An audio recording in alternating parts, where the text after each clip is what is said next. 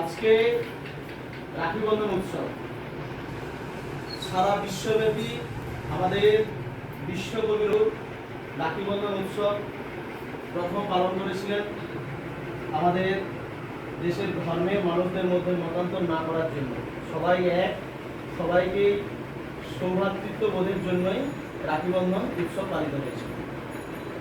আজকের দিনটি খুবই গুরুত্বপূর্ণ, কিন্তু 2025 আজকের এই দিনটি কিন্তু আমাদের কাছে রাখি বন্ধন হিসেবে খুবই গুরুত্বপূর্ণ হলেও, আনন্দের বিষয় হলেও একটি বিষাদের বিষয় এর মধ্যেও রয়েছে। বিষয়টা কি? গত বছর অর্থাৎ 2024 8ই আগস্ট রাত্রি যে ঘটনা ঘটেছিল, 9ই আগস্ট আমরা সকালবেলা তা জানতে পেরেছিলাম টিভির পর্দায়। সেটি কি? আরজিকর কাণ্ড। তিলোত্তমার মৃত্যু, আজকে তার মৃত্যুর 1 বছর পূর্ণ হয়ে গেল। এখনো পর্যন্ত কিন্তু কোনরূপ বিচার কিন্তু তিলোত্তমার বাবা মা পাননি। তাই আজকের দিনটিকে আমরা শুভ রাখি বন্ধন হিসেবে না পালন করে যে ব্ল্যাক ডে হিসেবে আমরা পালন করব। তাই আজকে আমরা কোনো রঙিন রাখি না পরে আমরা কালো রাখি বন্ধনের মাধ্যমে আজকের দিনটিকে আমরা পালন করব। কারণ আমরা যে আনন্দের মধ্যে থাকি, আনন্দটা কিন্তু শুধুমাত্র সবসময়ের জন্য নয়, কিছু কিছু ক্ষেত্র বিশেষ আমাদেরকে মানতে হয়, ভাবতে হয়, বুঝতে হয়। বিগত দিনে যে ঘটনা তিলোত্তমার সাথে হয়েছে, আগামী দিনে তোমাদের সাথে হতে পারে, তার প্রতিবাদ কিন্তু আমরা জানাই।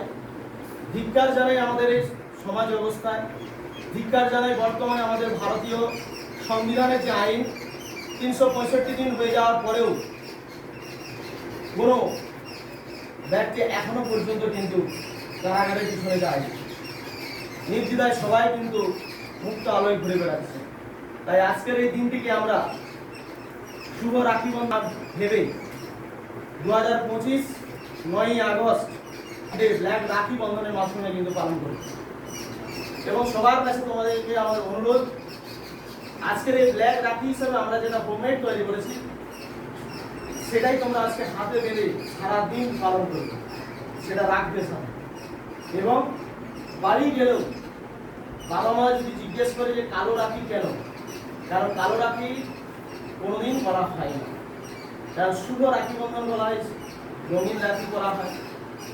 তোমরা যাতে করে বলতে পারো যে আমরাও তিলোত্তমার বিচার চাই, সেই জন্য আমরা কিন্তু ব্ল্যাক ডে হিসেবে ব্ল্যাক রাখি আমরা আজকে বন্ধন করেছি। সবাই আমরা আজকে তোমাদের সাথে আমরাও কালো রাখি কিন্তু হাতে বাঁধব। তোমরা ছোট ছোট ছেলে মেয়েরা রঙিন রাখি তারপর বাঁধতে পারো। আমার মন থেকে আমি কিন্তু আজকের দিনটা কোনো রঙিন রাখি বাঁধব, শুধুমাত্র ব্ল্যাক রাখি। এটুকুই বলে সবাইকে তোমাদের সুস্থতা কাম্য করে সবাই ভালো থাকো, এটাই বলে আমি আমার বক্তব্য শেষ করছি।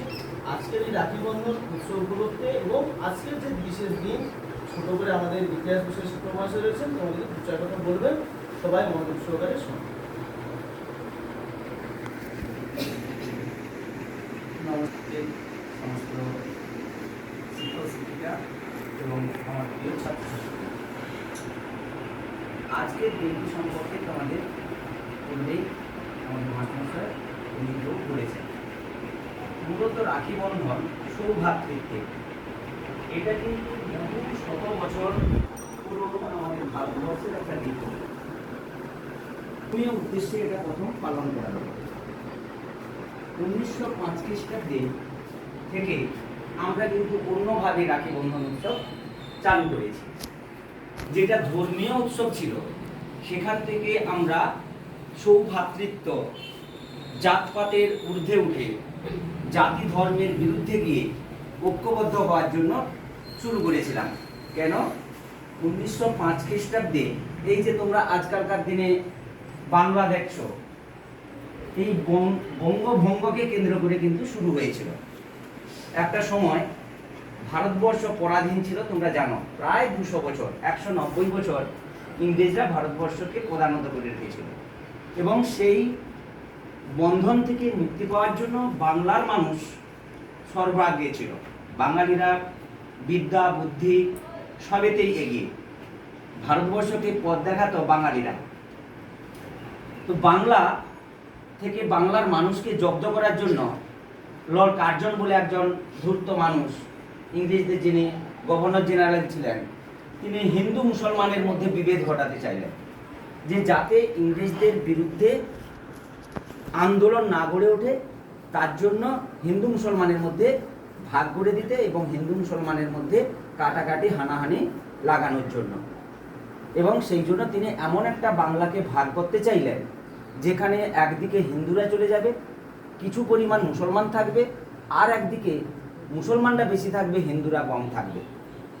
এটা ভারতবর্ষ কেন প্রথম বুঝেছিলেন বাঙালিরা। এই জন্য বাংলার বহু মানুষ এর বিরুদ্ধে আন্দোলনে নেমেছিলেন এবং এখানে সবচেয়ে বিখ্যাত ছিলেন রবীন্দ্রনাথ ঠাকুর। তোমরা যে রবীন্দ্রনাথ ঠাকুরকে বিশ্বকবি যাকে আমরা বলি, তো তিনি পথে নেমেছিলেন। তিনি পথে নেমে তিনি কিন্তু কোনো রাজনীতি করতেন না, কোনো রাজনৈতিক দলের সাথে নেন, যাতে করে হিন্দু এবং মুসলমান ঐক্যবদ্ধ থাকতে পারে, ভাই ভাই হতে পারে। আজকে রাখি বন্ধন উৎসব মানে ভাই, ভ্রাতৃত্ববোধ আমাদের মধ্যে জাগ্রত করা। রবীন্দ্রনাথ ঠাকুর 1905 খ্রিস্টাব্দের 16ই অক্টোবর দিনটা ছিল, তার বাড়ির সমস্ত মানুষকে নিয়ে, যেমন অবনীন্দ্রনাথ ঠাকুর, গগনেন্দ্রনাথ ঠাকুর, এরাও বিখ্যাত ব্যক্তি, তোমরা জানো, বিখ্যাত চিত্রশিল্পী। রবীন্দ্রনাথ ঠাকুরের পরিবারের সবাই বিখ্যাত। তাদেরকে নিয়ে গঙ্গায় গিয়েছিলেন, ওদের বাড়ির পাশেই গঙ্গা, জোড়াসাঁকোতে জন্ম, তোমরা জানো। সেই গঙ্গার ঘাটে স্নান করার পর সবার হাতে হলুদ রঙের রাখি বেঁধে দিয়েছিলেন এবং বেঁধে দিয়ে সেখানে উপস্থিত যত মানুষ ছিলেন রবীন্দ্রনাথ ঠাকুরকে দেখার জন্য শয়ে শয়ে হাজারে হাজারে মানুষ জড়ো হয়েছিলেন। কারণ তখন রবীন্দ্রনাথ কিন্তু রবীন্দ্রনাথ হয়ে গেছেন, অর্থাৎ সারা পৃথিবীর মানুষ তাকে তখন ছিলেন। তাকে দেখার জন্য যারা উপস্থিত হয়েছিলেন, সেই সঙ্গে তিনি সমস্ত মানুষের হাতে হলুদ রঙের রাখি বেঁধে দিয়ে সৌভ্রাতৃত্বের বোধ জাগ্রত করেছিলেন এবং সেখান থেকে হিন্দু মুসলমানের মধ্যে ঐক্য প্রতিষ্ঠিত হয়েছিল এবং আন্দোলন আরও জোরদার হয়েছিল। সেই সময় থেকে এবং সেই সৌভ্রাতৃত্ব রক্ষা করার জন্য, হিন্দু মুসলমানের মধ্যে ঐক্য প্রতিষ্ঠা করার জন্য, একে অপরকে ভাই বোনের মতো আচরণ করার জন্য এই দিনটি তিনি পালন করেছিলেন, উৎসব শুরু করেছিলেন, সেই হিসাবে শুরু হয়েছে। আর যেটা আজকে আমাদের মাস্টারমশাই বললেন যে আমরা কেন রাখি